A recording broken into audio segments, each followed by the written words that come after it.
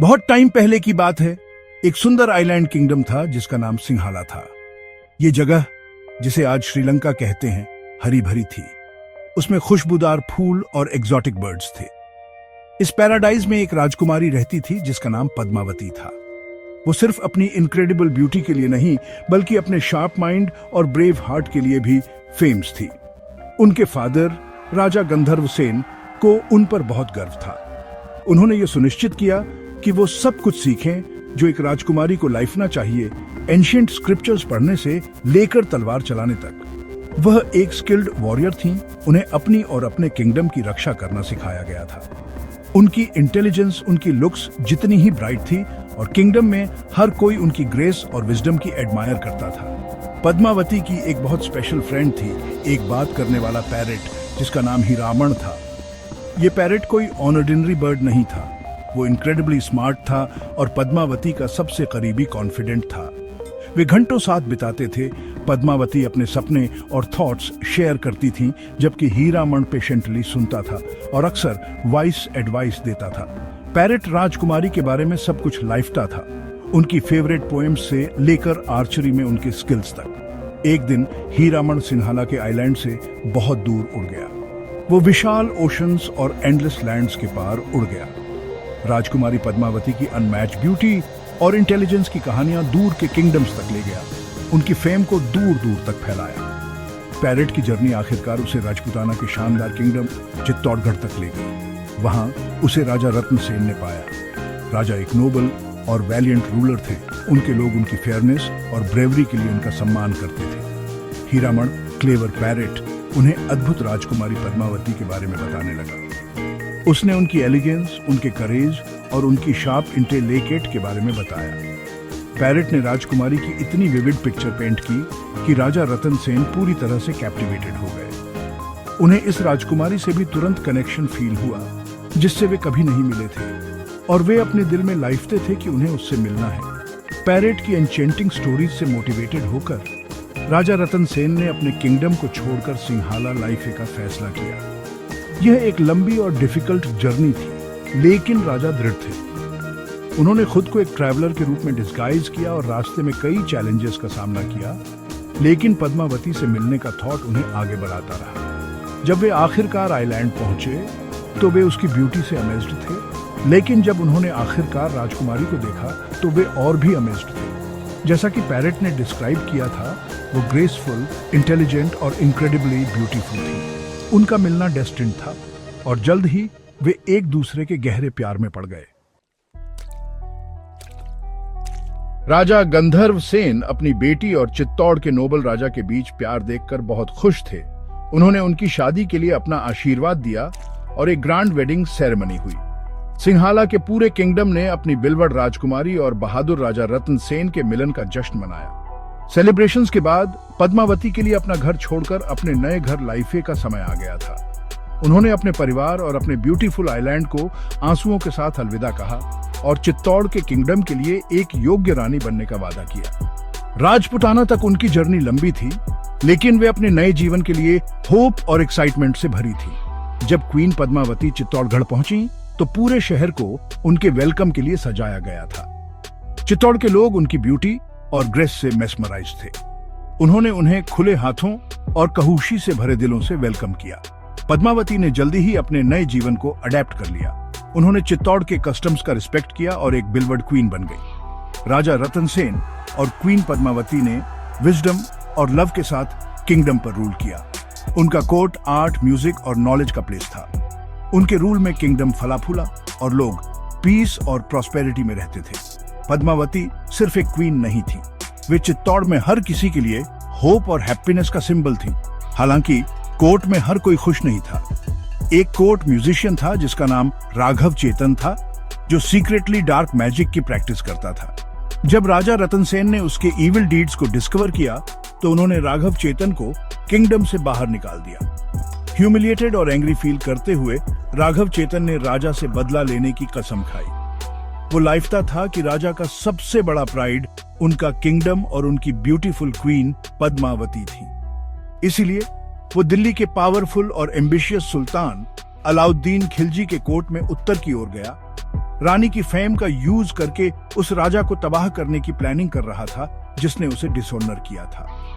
राघव चेतन दिल्ली पहुंचा और सुल्तान अलाउद्दीन खिलजी से ऑडियंस हासिल करने में कामयाब रहा। उसने क्वीन पद्मावती की अनपैरेलल्ड ब्यूटी की प्रेज करना शुरू किया। उन्हें इस तरह से डिस्क्राइब किया कि उसने सुल्तान के माइंड में एक डेंजरस ऑब्सेशन जगा दिया। खिलजी, जो दुनिया की हर प्रेशियस चीज को पजेस करना चाहता था, पद्मावती को खुद देखने के लिए डेस्परेट हो गया। उसने डिसाइड किया कि उसे पाना ही है और इस डार्क डिजायर ने उसे अपनी मैसिव आर्मी इकट्ठा करने के लिए प्रेरित किया।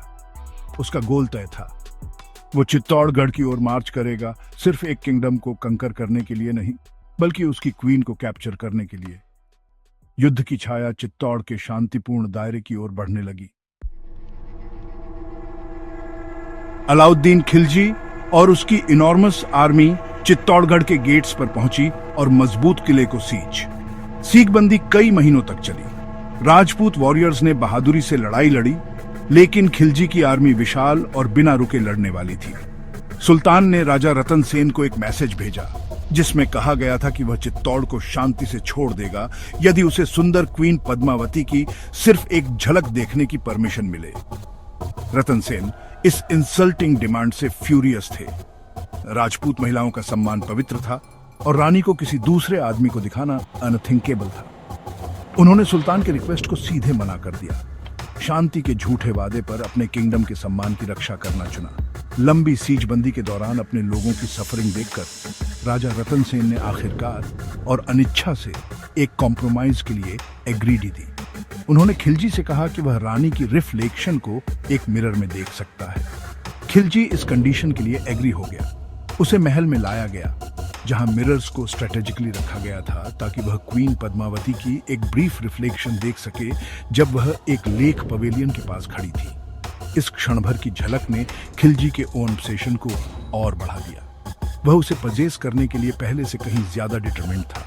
सुल्तान अपनी कनिंग नेचर के लिए लाइफ आ जाता था, पहले से ही अपने विकेट गोल को अचीव करने के लिए अपनी अगली चाल की प्लानिंग कर रहा था। कर्टेसी के जेस्चर के रूप में राजा रतन सेन ने अलाउद्दीन खिलजी को किले के बाहरी गेट्स तक एस्कॉर्ट किया। यह एक गंभीर गलती थी। जिस क्षण वे किले की प्रोटेक्शन से बाहर थे, खिलजी के छिपे हुए सोल्जर्स ने अपना ट्रैप सेट कर दिया।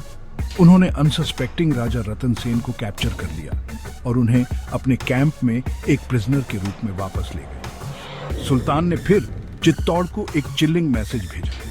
क्वीन पद्मावती को उनके सामने सरेंडर करना होगा यदि वह अपने हस्बैंड को जीवित देखना चाहती हैं। राजा के कैप्चर और सुल्तान की डिमांड की खबर ने पूरे किले में निराशा और गुस्से की लहर भेज दी। किंगडम अब अपने राजा के बिना था और अपने सबसे बड़े संकट का सामना कर रहा था। इस डार्क आवर में क्वीन पद्मावती ने अपनी सच्ची स्ट्रेंथ दिखाई। डर के आगे झुकने के बजाय उन्होंने करेज और इंटेलिजेंस के साथ वापस लड़ने का फैसला किया। वह लाइफती थी कि वह सिर्फ फोर्स से खिलजी की आर्मी को हरा नहीं सकती, इसलिए उन्होंने एक क्लेवर और डेयरिंग प्लान बनाया। उन्होंने सुल्तान को एक मैसेज वापस भेजा जिसमें कहा गया था कि वह उनके पास आएंगे। हालांकि उनकी एक कंडीशन थी। वह अपनी 700 हैंडमेडन्स के रेटिन्यू के साथ आएंगी, ढकी हुई पालकियों में यात्रा करते हुए, जैसा कि रॉयल विमेन के लिए कस्टम था।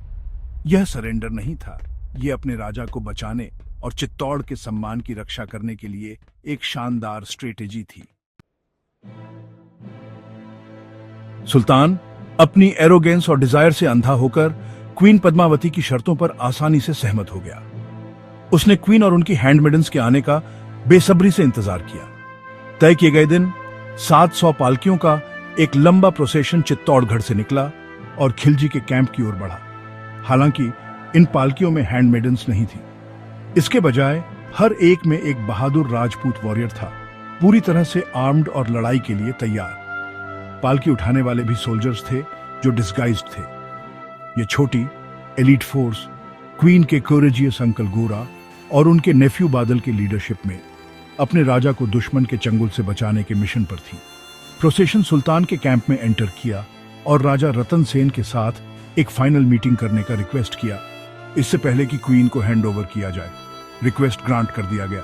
एक बार अंदर राजपूत वॉरियर्स अपनी पालकियों से कूद गए और एक सरप्राइज अटैक लॉन्च किया।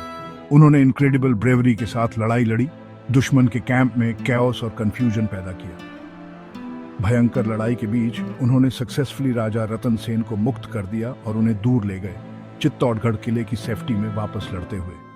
प्लान सक्सेसफुल था, लेकिन इसकी बड़ी कीमत चुकानी पड़ी। कई बहादुर वॉरियर्स, जिनमें वैलियंट गोरा और बादल भी शामिल थे, ने हीरोइक रेस्क्यू में अपनी जान कुर्बान कर दी। अलाउद्दीन खिलजी इस ह्यूमिलिएशन से एनरेज्ड था।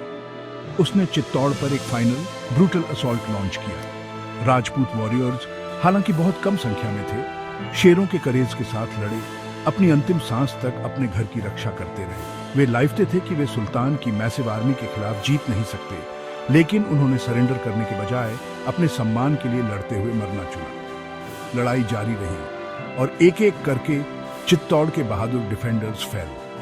यह क्लियर हो गया कि किले पर जल्द ही दुश्मन कब्जा कर लेगा। पुरुषों ने अपने अंतिम स्टैंड की तैयारी की। साका के नाम से लाइफी लाइफे वाली मौत की लड़ाई। किले के अंदर क्वीन पद्मावती और अन्य राजपूत महिलाओं को एक टेरिबल चॉइस का सामना करना पड़ा।